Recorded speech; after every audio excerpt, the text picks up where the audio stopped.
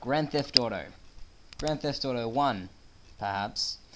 This is the first out of, let's go with about, how many, there are about 4 games, 4, 5, 6, 7. This is the first in a 7-part series, hopefully, if I get it done, if not. Of the retrospective Grand Theft Auto in the recent light that Grand Theft Auto 4 has come out, and we'll just be looking into the history of the game. Alright, let's start with it. Let's just start with just a bit of a background. So, Grand Theft Auto is a sandbox-style video game, and it was created by Dave Jones and primarily developed by Scottish company Rockstar North, formerly known as DMA Design, and published by Rockstar Games. The gameplay consists of a mixture of action, adventure, driving, and occasional role-playing, stealth, and racing elements, and has gained controversy for its adult nature and violent undertones. The series focuses around many different protagonists who attempt to rise through the criminal underworld. Underbelly. Sorry, Australian joke. Although their not very funny either. Although their motives for doing so vary in each game, the antagonist in each game is commonly the character who has been betrayed from their organization or someone who has the most impact in impeding their progress. The series began in 1997 and currently has 8 standalone games and 2 expansion packs for the original. Film veterans such as Michael Marsden, Burt Reynolds, Dennis Hopper, Samuel L. Jackson, Chris Penn, James Woods have all voiced major characters in many of the games. The name of the series and its games are derived from Grand Theft Auto, a term referring to motor vehicle theft. By September 26, 2007, the Grand Theft Auto series had sold over 65 million units, and as of March 26, 2008, the franchise sold over 70 million copies worldwide, according to Take-Two Interactive. First of all, we'll be starting by looking at the overview of the series. The games and what we're supposed to be doing and what the game designers want us to be doing. The game they've created. The games allow people to take on the role of a criminal in a big city, typically a lowly individual who rises in the ranks of organized crime over the course of the game. Various missions are set for completion by the figureheads and this generally criminal, which must be completed to progress through the storyline. Bank robberies, assassinations, and other crimes frequently feature regularly, but occasionally taxi driving and firefighting, pimping, street racing, or learning to fly an aeroplane are also involved as alternate adventures. Not in 1 and 2, I don't think. I haven't beaten them because they're fucking hard games, but I don't think that you can have an aeroplane or helicopter in 1, 2, or the London mission. In later titles, notably the release after Grand Theft Auto 2, the player is given a more developed storyline in which they are forced to overcome an event where they are either betrayed and left for dead or experience an unfortunate event, which serves as a motivation for the character to advance in the criminal ladder and eventually lead to the triumph of the character to the end of the storyline. Specific examples of these plots are in Grand Theft Auto 3 and Grand Theft Auto 4 Vice City. I'm playing through Grand Theft Auto Vice City at the moment because it's my favourite, and Vassetti was betrayed, and now he's out to get back at him. The Grand Theft Auto series, belonging to a genre of free-roaming video games called sandbox games, grants a large amount of freedom to the player in deciding what to do and how to do it through multiple methods of transportation and weapons.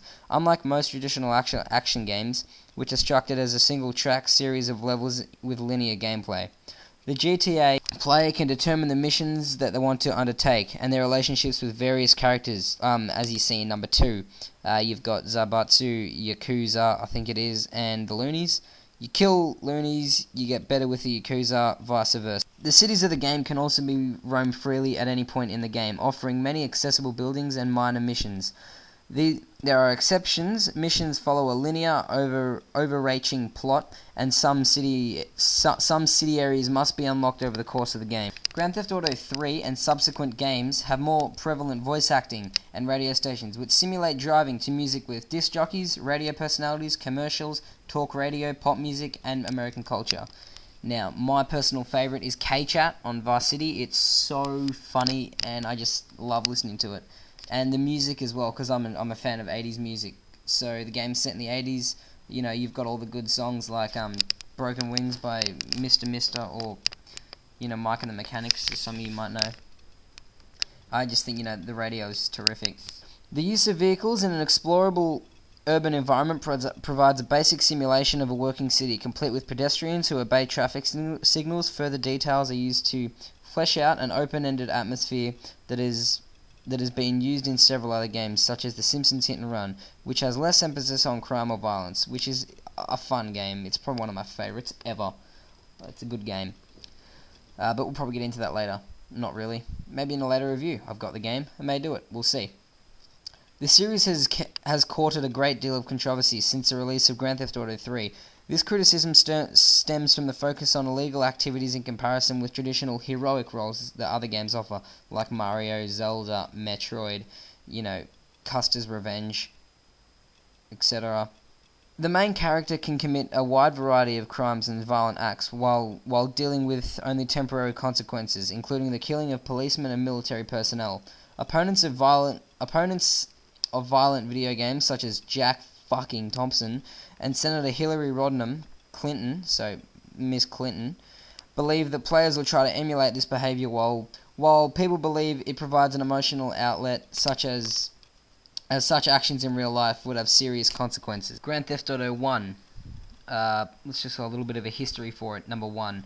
I'll be doing Grand Theft Auto 1, 2, a little bit of number 3 perhaps, and not much on the Game Boy, and a tiny little bit. Nothing on Grand Theft Auto 4 because I don't have an Xbox. Okay. Grand Theft Auto, the first title in the GTA series, was released on the PlayStation in 1997 and 1998, also for the Windows PC. This game is set in 3 different fictional cities: Liberty City, which has become prevalent in the later stages of the Grand Theft Auto series, San Andreas, arguably the best game apart from number 4, and Vice City, my favourite. A reduced Game Boy Color port was later released. Subsequently, 2 expansion packs were offered set in 1960s London. There's not really much on Grand Theft Auto 1. It was a good game, but there's not really much to write home about. The second game in the series, Grand Theft Auto 2, was developed for Microsoft Windows, PlayStation, and Dreamcast, and released in 1999, set in an indeterminable future. So we don't really know when it was going to be set. It could have been set in the present time, 10 years down the track. We don't know. It featured updated graphics and somewhat different gameplay based upon the player's appeal to various criminal organizations. A reduced Game Boy Color port was also produced. Really not much to write on. Grand Theft Auto become more of a prevalent, dominating game when number 3 hit, because it became more of a realistic game. It got rid of the top-down view. Grand Theft Auto 3 was released in October 2001. The game's setting takes place around that time, in fictional city Liberty City, which is loosely based on New York City. You'll notice that in Liberty City, a lot of the places do resemble New York places, and I'm getting that. Obviously I've never been to America. I'm getting that fact from the Deft Gamer. Check out his channel. He kicks ass. But also incorporate which is loosely based on New York City, but also incorporates elements of other American cities. Grand Theft Auto 3 brought a third-person view into the series, rather than the traditional top-down view of earlier titles. Although the view is still made available as an optional camera angle, it's pretty cool, but it's still nothing special. I'd rather it to be third-person. Graphics are also updated with a new 3D game engine. While not in the first of its kind, the gameplay engine expanded the explorable world of Grand Theft Auto 3, doing away with the traditional game structure where the player faces a boss at the end of the level and moves out onto a new level. As we know that, every game before, I guess we could say, before this, had a boss. Most of them anyway. If it was either getting a boss or getting a high score, that's it.